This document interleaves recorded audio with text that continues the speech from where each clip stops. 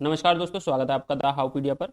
दोस्तों, आज की इस वीडियो में बात करेंगे प्रधानमंत्री आवास योजना की आईएसएस सब्सिडी वाले ऑप्शन के बारे में। जैसे कि आप सब जानते हैं, बहुत सारे लोग इसमें आवेदन कर चुके हैं। इसमें कई सारी कैटेगरी होती हैं, बीएलसी, एएचपी, उसके अलावा यहाँ पर आईएसएस कैटेगरी भी होती है, जिसमें लोग अपने लोन पर सब्सिडी लेते हैं। तो उसके बारे में आपको बताऊंगा इस वीडियो में। बहुत सारे लोगों के यहाँ पर कमेंट आ रहे थे कि इस पर भी आप वीडियो बना दीजिए, क्योंकि इस वाली कैटेगरी को लेकर के बहुत कम वीडियो उपलब्ध है। इसकी जानकारी के लिए लोग इधर उधर जानकारी देखते रहते हैं पर मिलती नहीं, तो उसके लिए ही मैं इसमें बताने वाला हूँ आपको। पहले इसके बारे में बात करेंगे, यह स्कीम क्या है, मतलब ये ऑप्शन क्या है। इसके अलावा जो भी आपके स्टेटस आ रहे हैं इसमें, जैसे कि एनेक्सर 7 सबमिटेड, या फिर आपका वहाँ पर पेंडिंग फॉर अप्रूवल दिखा रहा है, या फिर अप्रूव्ड बाई सीएनए, जो भी आ रहा है उस सब के बारे में मैं आपको समझाऊंगा कि क्या उसका स्टेटस है, मतलब उसका मतलब क्या है। और इसके अलावा पहले इसको मैं आपको दिखा देता हूँ। देखिए यहाँ पर इसका जो ये आपको ऑप्शन दिखाई दे रहा होगा, आईएसएस सब्सिडी कैलकुलेटर, वहाँ से आप अपना सब्सिडी यहाँ पर चेक कर सकते हैं। अपनी इनकम के अनुसार यहाँ पर जितनी आपको सब्सिडी मिलेगी वो यहाँ पर आप चेक कर लीजिएगा। ये सभी ऑप्शन है, इन सबको भर के। इसके अलावा देखिए यहाँ पर इस वाले पेज पर इसकी लिंक आपको डिस्क्रिप्शन में दी है, वहाँ से जाकर के आप अपना स्टेटस चेक कर सकते हैं। मैंने आपको बता दिया पहले ही स्टेटस चेक करने का तरीका। पिछली वीडियो में आपको दोनों पोर्टल पर आपको स्टेटस चेक करने का तरीका बताया है। एक लॉगिन करके आप चेक कर सकते हैं और एक बिना लॉगिन करे भी चेक कर सकते हैं। तो अगर आपने अपने स्टेटस अभी नहीं चेक किया है, नहीं जानते हैं, तो डिस्क्रिप्शन में आपको लिंक दी है वीडियो की, या फिर प्लेलिस्ट में चेक कर लीजिएगा। वहां से आपको पता चल जाए किस तरीके से स्टेटस चेक किया जाता है। अब बात करते हैं कि इस योजना में यानी आईएसएस वाले ऑप्शन में किस तरीके से कार्य होता है। पहले इसकी गाइडलाइन चेक कर लेते हैं। देखिए यहाँ पर ये ऑफिशियल गाइडलाइन है, मैं अपनी तरफ से कुछ भी नहीं बता रहा हूँ, जो लिखा है वही मैं आपको जानकारी दे रहा हूँ। यहाँ पर आपको देखिए दिखाई दे रहा होगा, मिशन के ब्याज सब्सिडी योजना घटक में चरणों को दर्शाने वाला फ्लोचार्ट निम्नानुसार है।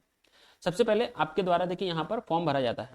यहाँ पर साफ साफ लिखा है, नागरिकों द्वारा मांग सर्वेक्षण की प्रविष्टि और होम लोन के लिए पीएलआई का चयन किया जाता है। इसके बाद में आपका जो भी फॉर्म आप जमा करते हैं उसका वहां पर सत्यापन होता है, और आपके डुप्लीकेशन की जांच होती है, कहीं इस पर पहले से कोई आवेदन तो नहीं है, लोन तो नहीं है, ये सब वहां पर चेक किया जाता है। फॉर्म को ठीक से चेक किया जाता है। उसके बाद में लाभार्थी द्वारा यहाँ पर कुछ घोषणा है वो की जाती है, वो चेक की जाती है। जैसे कि देश में कहीं भी उनका पहले से पक्का मकान तो नहीं है, पिछले 20 सालों में कोई भी पहले से इसमें लाभ तो नहीं लिया है इसी योजना के तहत, या फिर आपके यहाँ पर जो वार्षिक घरेलू आय है वो कितनी है, यानी आपका आय प्रमाण पत्र इस बात को डिसाइड करेगा। उससे आपकी कैटेगरी डिसाइड करेगी, जिससे कि आपको कितना इसमें सब्सिडी मिलती है वो निर्धारित होती है। वैसे तो इसमें अधिकतम 1.80 लाख की यहाँ पर बताया जाता है, बाकी आपकी जो भी आय है उसके अनुसार यहाँ पर डिसाइड होता है। देखिए ये सब जांच होने के बाद में फिर क्या होता है, आपका यहाँ पर यूनिक एप्लीकेशन आईडी जो पीएलआई होती है। पीएलआई कौन होते हैं वो मैं आपको बता देता हूँ। देखिए पीएलआई का मतलब होता है प्राइमरी लैंडिंग इंस्टीट्यूशन। इसमें जो है आपका जो भी आवेदन होता है वो सबसे पहले इन्हीं के पास जाता है, जैसे कि बैंक हो गया या फिर कोई भी थर्ड पार्टी जो कंपनी होती हैं, हाउसिंग आपकी कंपनी होती है जिनमें लोन प्रोवाइड कराते हैं, उस तरीके के यहाँ पर होते हैं। उनके जरिए जब आप यहाँ पर आवेदन कर देते हैं, ये सब जांच हो जाती है। फिर उसके बाद में आपका आईडी बन जाता है। आईडी बनने के बाद में फिर देखिए क्या कार्य होता है। उसके बाद में आपके यहाँ पर आवेदन को जितने भी पीएलआई हैं उनको आगे भेज दिया जाता है, और उन पर कार्य जो अग्रेसित होता है वो इस तरीके से होता है। देखिए यहाँ पर क्या होता है, सबसे पहले आवश्यक जांच होती है, सत्यापन होता है, दस्तावेजीकरण यानी जो भी आपके डॉक्यूमेंट हैं, वेरिफिकेशन है, वो सबसे पहले यहीं पर होता है। अब यहाँ से अगर आपका आवेदन सही पाया जाता है, यानी कि उसमें कोई दिक्कत नहीं है, तो यहाँ पर ये वाली प्रक्रिया अपनाई जाती है। और अगर आपका आवेदन यहाँ पर रिजेक्ट हो जाता है तो फिर आपको यहाँ पर रिजेक्टेड फॉर्म दिखाएगा, जो कि आपके स्टेटस में दिखाएगा, और उसमें आपका कारण यहाँ पर बता दिया जाएगा कि इस कारण से आपका फॉर्म रिजेक्ट हुआ है। आपका फॉर्म जब आगे बढ़ जाता है तो यहाँ पर आपका पीएलआई लाभार्थी द्वारा आवास की जियो टैगिंग होती है। आपके घर मकान या फिर जो आपका प्लॉट है उसकी जियो टैगिंग की जाती है। उसके बाद में यहाँ पर क्या किया जाता है, आपका देखिए जियो टैगिंग के बाद में जो आपका ऋण वितरण है वो 30 दिनों के अंदर क्लेम अपलोड किया जाता है ऑनलाइन पोर्टल पर। उसके बाद में क्लेम को मंत्रालय के साथ साझा किया जाता है, यानी कि आपकी जो फाइल है वो आगे भेज दी जाती है। उसके बाद में फिर यहाँ पर सीएनए द्वारा पुनः सत्यापन किया जाता है। देखिए यहाँ पर जब आपका फॉर्म इन सभी चरणों से होकर के गुजरता है तो वो वहाँ पर दिखाता है। कई बार यहाँ पर पीएलआई के द्वारा अप्रूव्ड दिखाता है, या फिर यहाँ पर एनेक्सर 7 का यहाँ पर दिखाता है कई बार का फॉर्म पूरा जमा हो चुका है, या फिर बहुत सारे लोगों का यहाँ पर देखिए सीएनए के द्वारा अप्रूव दिखाता है। तो यहाँ पर पहले सीएनए के द्वारा यहाँ पर पहले तो आपका जो भी सरकारी मंत्रालय है उनके साथ में आपकी जानकारी शेयर की जाती है। उसके बाद में यहाँ पर सीएनए द्वारा पुनः सत्यापन किया जाता है, यानी यहाँ पर आपके फॉर्म को दोबारा से देखा जाता है किस तरीके से आपकी जानकारी यहाँ पर वेरीफाई होगी, डॉक्यूमेंट चेक किए जाएंगे। अब यहाँ पर अगर उनको सही लगता है, आपकी फाइल जो पीएलआई भेजती है आगे वो अगर सही है, तो फिर यहाँ से आगे बढ़ाते हैं इसको हाँ करके, यानी कि अगर फॉर्म आगे बढ़ता है तो ये ऐसे करके जाता है। और अगर यहाँ पर रिजेक्ट हो जाता है तो फिर मंत्रालय के द्वारा यहाँ पर दोबारा से पीएलआई के पास भेज दिया जाता है और बता दिया जाता है इस कारण से ये रिजेक्ट हो गया है। यहाँ पर जो कि आपका ज़्यादातर जैसे आता है ना अप्रूव्ड बाई सीएनए या फिर रिजेक्टेड बाई सीएनए, ये जो आता है वो इसी चरण में आता है। उसके बाद में क्या होता है, उसके बाद में देखिए यहाँ पर जब आपका फॉर्म यहाँ से भी अप्रूव हो जाता है तो फिर आवासन और शहरी कार्य मंत्रालय द्वारा सब्सिडी जारी की जाती है। ये सबसे लास्ट वाला फेज होता है जो वेरिफिकेशन और यहाँ पर डॉक्यूमेंट वगैरह जो चेक किया जाता है जियो टैगिंग के बाद में, यहाँ पर ये जो है यहाँ पर सब्सिडी जारी करने के लिए वहाँ से भेज दिया जाता है इस मंत्रालय के द्वारा।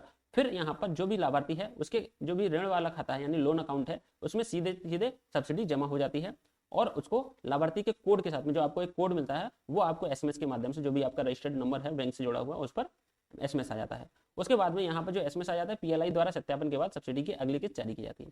फिर यहाँ से ये जो है जब आपका पहला जो किस्त जारी हो जाता है उसके बाद में फिर जो अगली किस्त है वो उसके लिए सत्यापन होता है पीएलआई के द्वारा और वो ही फिर उसमें आगे सेम यही प्रक्रिया अपनाते हैं। लेकिन इस बार ये सारे जो प्रक्रिया हैं वो नहीं अपनाए जाते हैं, सिर्फ डायरेक्टली एक सत्यापन होता है कि हाँ आपका जियो टैग हो चुका है और आपका जो भी घर मकान बन रहा है उसका वहाँ पर प्रोसेस देखा जाता है कि बन रहा है या नहीं बन रहा है, किस चरण में है, वो सब यहाँ पर देख करके जियो टैग किया जाता है। फिर यहाँ पर अगली किस्त यहाँ पर सब्सिडी की दी जाती है। तो उस तरीके से यहाँ पर ये कार्य होता है और लास्ट में यहाँ पर देखिए फिर द्वारा यहाँ पर ये जो है इस तरीके से फ्लो चलता रहता है कि फिर से आपकी जाँच चेक की जाती है, यहाँ पर सत्यापन होता है, जियो टैगिंग होती है। लेकिन फिर दूसरी बार में इतना ज़्यादा समय नहीं लगता है क्योंकि पहले से ही सारी जो फाइल होती है सबके पास पहुंच चुकी होती है। सिर्फ यही देखा जाता है कि आपके मकान का जो प्रोसेस है यानी प्रोग्रेस है वो हो रहा है या नहीं हो रहा है।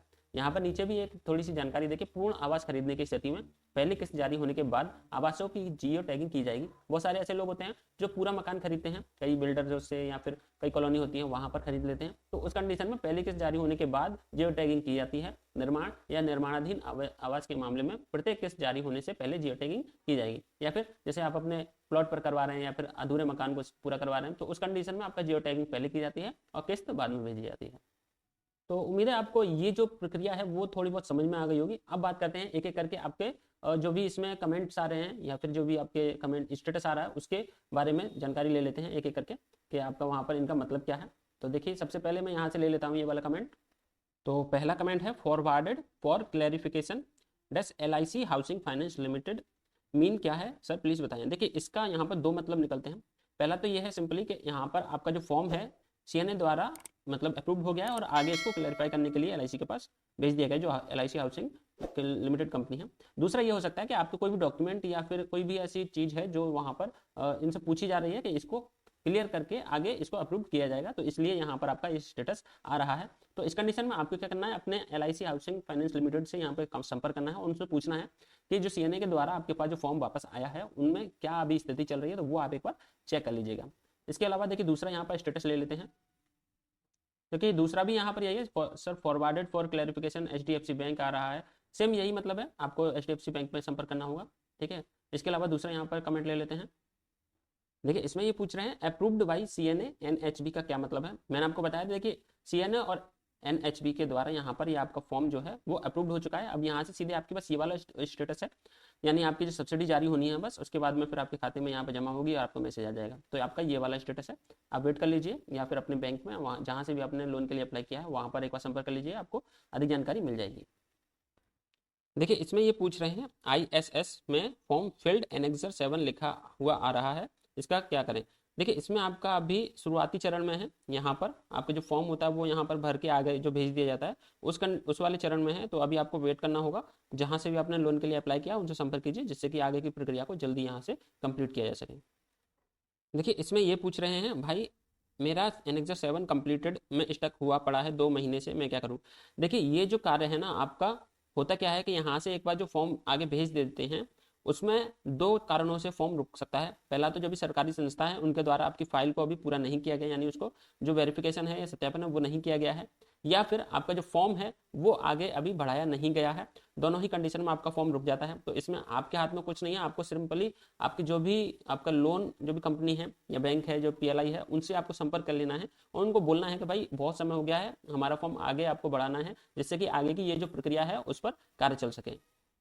देखिए मैं आपको बता दूं ये जो वीडियो है मैंने सिर्फ ISS स्कीम वाले ऑप्शन के लिए यहाँ पर बनाई है। अन्य जितने भी लोग हैं जो BLC में AHP में या अन्य किसी भी कैटेगरी में उन्होंने अप्लाई किया है उनके लिए स्टेटस के लिए मैंने अलग से एक वीडियो बना दी है, उसमें स्टेप बाय स्टेप प्रक्रिया भी बताई है स्टेटस चेक करने के लिए।